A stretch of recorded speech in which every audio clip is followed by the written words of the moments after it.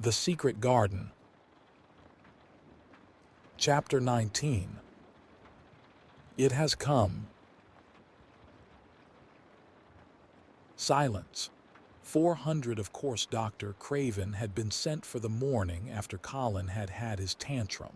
He was always sent for at once when such a thing occurred, and he always found, when he arrived, a white shaken boy lying on his bed, sulky and still so hysterical that he was ready to break into fresh sobbing at the least word. In fact, Dr. Craven dreaded and detested the difficulties of these visits. On this occasion, he was away from Misselthwaite Manor until afternoon. "How is he?" he asked Mrs. Medlock rather irritably when he arrived. "He will break a blood vessel in one of those fits some day. The boy is half insane with hysteria and self-indulgence." "Well, sir," answered Mrs. Medlock, "you'll scarcely believe your eyes when you see him. That plain, sour-faced child that's almost as bad as himself has just bewitched him. How she's done it, there's no telling. The Lord knows she's nothing to look at, and you scarcely ever hear her speak. But she did what none of us dare do. She just flew at him like a little cat last night and stamped her feet and ordered him to stop screaming. And somehow she startled him so that he actually did stop. And this afternoon, well, just come up and see, sir. It's past crediting." The scene which Dr. Craven beheld when he entered his patient's room was indeed rather astonishing to him. As Mrs. Medlock opened the door, he heard laughing and chattering. Colin was on his sofa in his dressing gown, and he was sitting up quite straight looking at a picture in one of the garden books and talking to the plain child, who at that moment could scarcely be called plain at all because her face was so glowing with enjoyment. "Those long spires of blue ones, we'll have a lot of those," Colin was announcing. "They're called delphiniums. Dickens says they're larkspurs made big and grand," cried Mistress Mary. "There are clumps there already." Then they saw Dr. Craven and stopped. Mary became quite still, and Colin looked fretful. "I am sorry to hear you were ill last night, my boy." Dr. Craven said a trifle nervously. He was rather a nervous man. "I'm better now, much better," Colin answered, rather like a Rajah. "I'm going out in my chair in a day or two if it is fine. I want some fresh air." Dr. Craven sat down by him and felt his pulse and looked at him curiously. "It must be a very fine day," he said, "and you must be very careful not to tire yourself." "Fresh air won't tire me," said the young Rajah, as there had been occasions when this same young gentleman had shrieked aloud with rage and had insisted that fresh air would give him cold and kill him. It is not to be wondered at that his doctor felt somewhat startled. "I thought you did not like fresh air," he said. "I don't when I am by myself," replied the Rajah, "but my cousin is going out with me." "And the nurse, of course," suggested Dr. Craven. "No, I will not have the nurse," so magnificently that Mary could not help remembering how the young native prince had looked with his diamonds and emeralds and pearls stuck all over him, and the great rubies on the small dark hand he had waved to command his servants to approach with salams and receive his orders. "My cousin knows how to take care of me. I am always better when she is with me. She made me better last night. A very strong boy I know will push my carriage." Dr. Craven felt rather alarmed. If this tiresome, hysterical boy should chance to get well, he himself would lose all chance of inheriting Misselthwaite. But he was not an unscrupulous man, though he was a weak one, and he did not intend to let him run into actual danger. "He must be a strong boy and a steady boy," he said, "and I must know something about him. Who is he? What is his name?" "It's Dickon." Mary spoke up suddenly. She felt somehow that everybody who knew the moor must know Dickon, and she was right, too. She saw that, in a moment, Dr. Craven's serious face relaxed into a relieved smile. "Oh, Dickon," he said, "if it is Dickon, you will be safe enough. He's as strong as a moor pony, is Dickon." "And he's trusty," said Mary. "He's trustiest lad I Yorkshire." She had been talking Yorkshire to Colin, and she forgot herself. "Did Dickon teach you that?" asked Dr. Craven, laughing outright.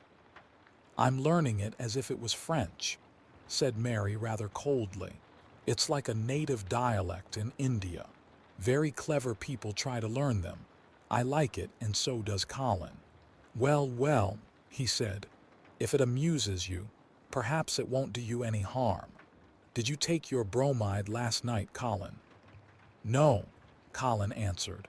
"I wouldn't take it at first, and after Mary made me quiet, she talked me to sleep, in a low voice, about the spring creeping into a garden."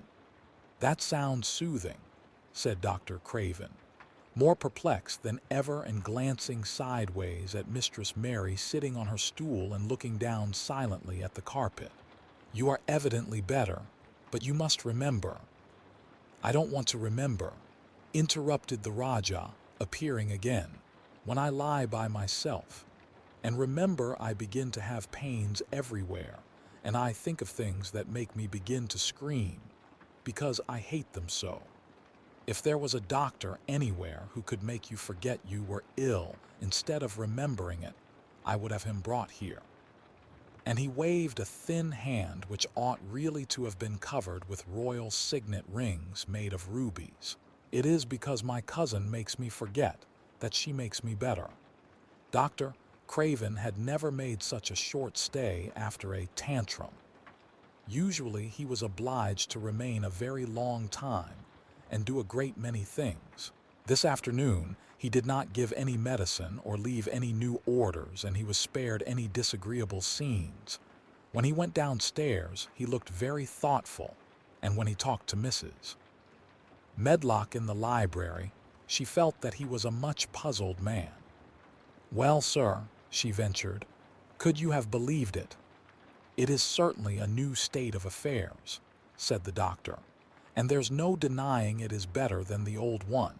"I believe Susan Sowerby's right, I do that," said Mrs. Medlock. "I stopped in her cottage on my way to Thwaite yesterday and had a bit of talk with her, and she says to me, 'Well, Sarah Ann, she mayn't be a good child and she mayn't be a pretty one, but she's a child, and children needs children. We went to school together, Susan Sowerby and me.'" "She's the best sick nurse I know," said Dr. Craven. "When I find her in a cottage, I know the chances are that I shall save my patient." Mrs. Medlock smiled. She was fond of Susan Sowerby. "She's got a way with her, has Susan," she went on quite volubly. "I've been thinking all morning of one thing she said yesterday. She says, 'Once when I was givin' children a bit of a preach after they'd been fightin', I says to 'em all, when I was at school my geography told as world was shaped like a orange, and I found out before I was 10 that whole orange doesn't belong to nobody. No one owns more than his bit of a quarter, and there's times it seems like there's not eno quarters to go round. But don't you, none o' you, think as you own whole orange, or you'll find out you're mistaken, and you won't find it out without hard knocks. What children learns from children,' she says, is that there's no sense in grabbin' at whole orange, peel and all.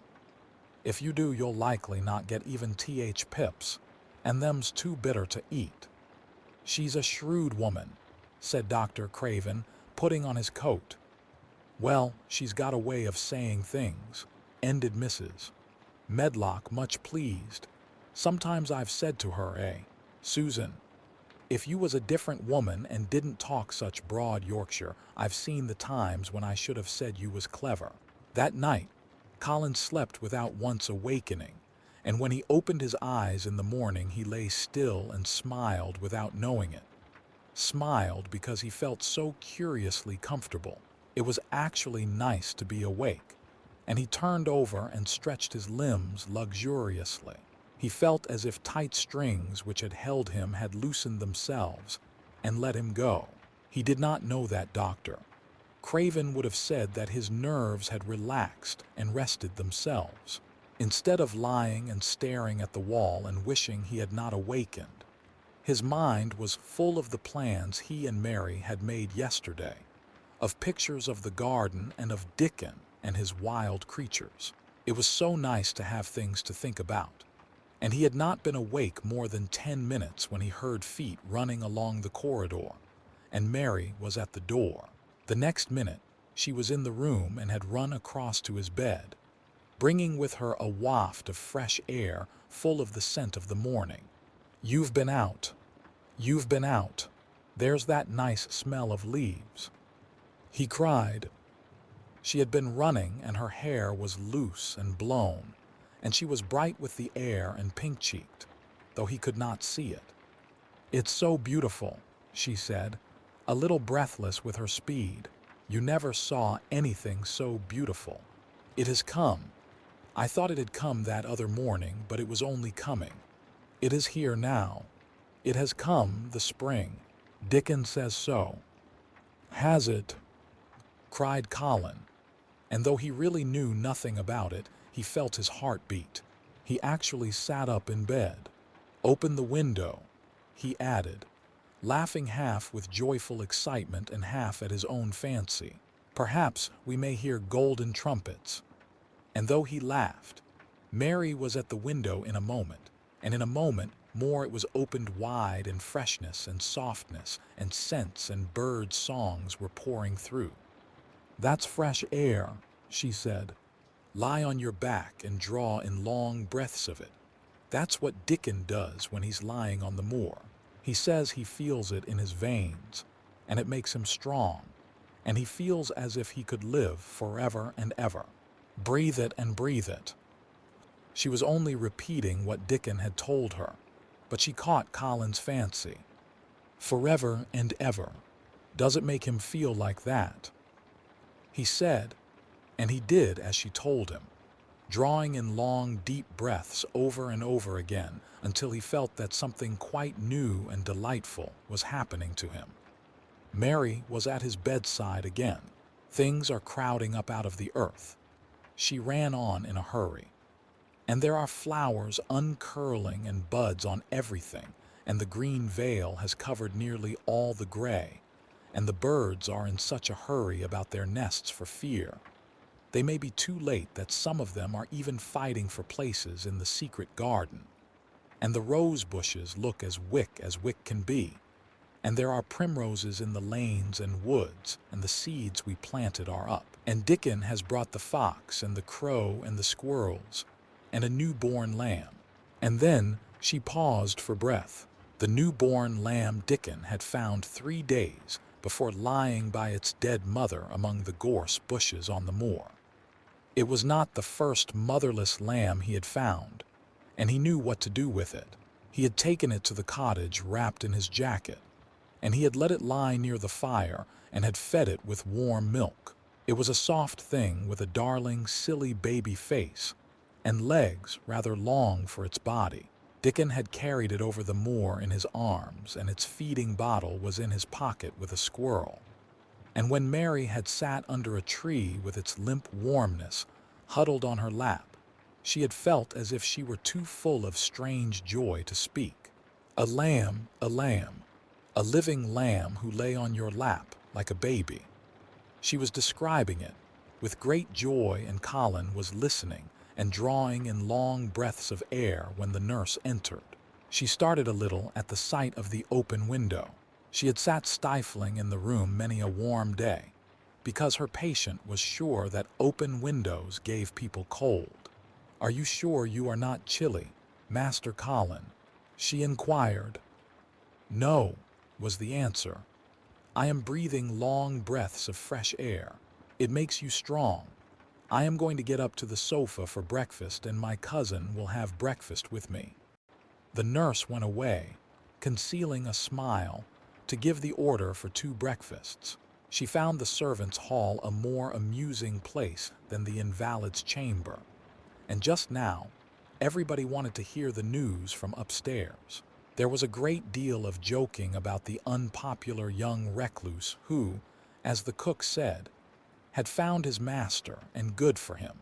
The servants' hall had been very tired of the tantrums, and the butler, who was a man with a family, had more than once expressed his opinion that the invalid would be all the better for a good hiding. When Colin was on his sofa, and the breakfast for 2 was put upon the table, he made an announcement to the nurse in his most Raja-like manner. "A boy and a fox and a crow and 2 squirrels and a newborn lamb are coming to see me this morning. I want them brought upstairs as soon as they come," he said. "You are not to begin playing with the animals in the servants' hall and keep them there. I want them here." The nurse gave a slight gasp and tried to conceal it with a cough. "Yes, sir," she answered. "I'll tell you what you can do," added Colin, waving his hand. "You can tell Martha to bring them here. The boy is Martha's brother. His name is Dickon, and he is an animal charmer." "I hope the animals won't bite, Master Colin," said the nurse. "I told you he was a charmer," said Colin austerely. "Charmers' animals never bite." "There are snake charmers in India," said Mary, "and they can put their snakes' heads in their mouths." "Goodness," shuddered the nurse. They ate their breakfast with the morning air pouring in upon them. Colin's breakfast was a very good one, and Mary watched him with serious interest. "You will begin to get fatter just as I did," she said. "I never wanted my breakfast when I was in India, and now I always want it." "I wanted mine this morning," said Colin. "Perhaps it was the fresh air." "When do you think Dickon will come?" He was not long in coming. In about 10 minutes, Mary held up her hand. "Listen," she said. "Did you hear a caw?" Colin listened and heard it, the oddest sound in the world to hear inside a house, a hoarse caw-caw. "Yes," he answered. "That's Soot," said Mary. "Listen again. Do you hear a bleat, a tiny one?" "Oh yes," cried Colin, quite flushing. "That's the newborn lamb," said Mary. "He's coming." Dickon's moorland boots were thick and clumsy, and though he tried to walk quietly, they made a clumping sound as he walked through the long corridors. Mary and Colin heard him marching, until he passed through the tapestry door on to the soft carpet of Colin's own passage. "If you please, sir," announced Martha, opening the door. "If you please, sir, here's Dickon and his creatures." Dickon came in smiling his nicest wide smile. The newborn lamb was in his arms, and the little red fox trotted by his side. Nut sat on his left shoulder, and Soot on his right, and Shell's head and paws peeped out of his coat pocket. Colin slowly sat up and stared, as he had stared when he first saw Mary. But this was a stare of wonder and delight. The truth was that, in spite of all he had heard, he had not in the least understood what this boy would be like, and that his fox and his crow and his squirrels and his lamb were so near to him and his friendliness that they seemed almost to be part of himself. Colin had never talked to a boy in his life, and he was so overwhelmed by his own pleasure and curiosity that he did not even think of speaking. But Dickon did not feel the least shy or awkward. He had not felt embarrassed because the crow had not known his language and had only stared and had not spoken to him the first time they met. Creatures were always like that until they found out about you. He walked over to Colin's sofa and put the newborn lamb quietly on his lap, and immediately the little creature turned to the warm velvet dressing gown and began to nuzzle and nuzzle into its folds, and butt its tight-curled head with soft impatience against his side. Of course, no boy could have helped speaking then. "What is it doing?" cried Colin. "What does it want?" "It wants its mother," said Dickon, smiling more and more. "I brought it to thee a bit hungry because I knowed tha'd like to see it feed." He knelt down by the sofa and took a feeding bottle from his pocket. "Come on, little un," he said, turning the small woolly white head with a gentle brown hand. "This is what thah's after. Tha'll get more out o' this than tha will out o' silk velvet coats. There now." And he pushed the rubber tip of the bottle into the nuzzling mouth, and the lamb began to suck it with ravenous ecstasy. After that, there was no wondering what to say. By the time the lamb fell asleep, questions poured forth, and Dickon answered them all. He told them how he had found the lamb just as the sun was rising 3 mornings ago. He had been standing on the moor listening to a skylark and watching him swing higher and higher into the sky until he was only a speck in the heights of blue. I'd almost lost him, but for his song, and I was wondering how a chap could hear it when it seemed as if he'd get out o' world in a minute. And just then, I heard something else far off among gorse bushes.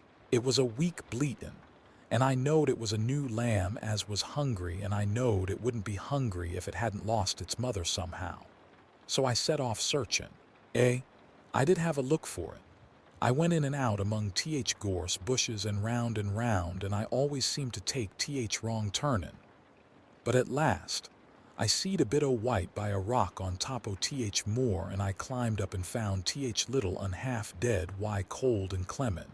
While he talked, Soot flew solemnly in and out of the open window and cawed remarks about the scenery, while Nut and Shell made excursions into the big trees outside and ran up and down trunks and explored branches.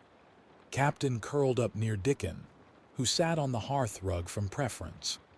They looked at the pictures in the gardening books, and Dickon knew all the flowers by their country names and knew exactly which ones were already growing in the secret garden. "I couldna say that their name," he said, pointing to one under which was written Aquilegia, "but us calls that a columbine, and that there one it's a snapdragon, and they both grow wild in hedges. But these is garden ones, and they're bigger and grander. There's some big clumps o' columbine in garden. They'll look like a bed o' blue and white butterflies flutterin' when they're out." "I'm going to see them," cried Colin. "I am going to see them." "Aye, that tha mun," said Mary quite seriously, "and tha munnot lose no time about it.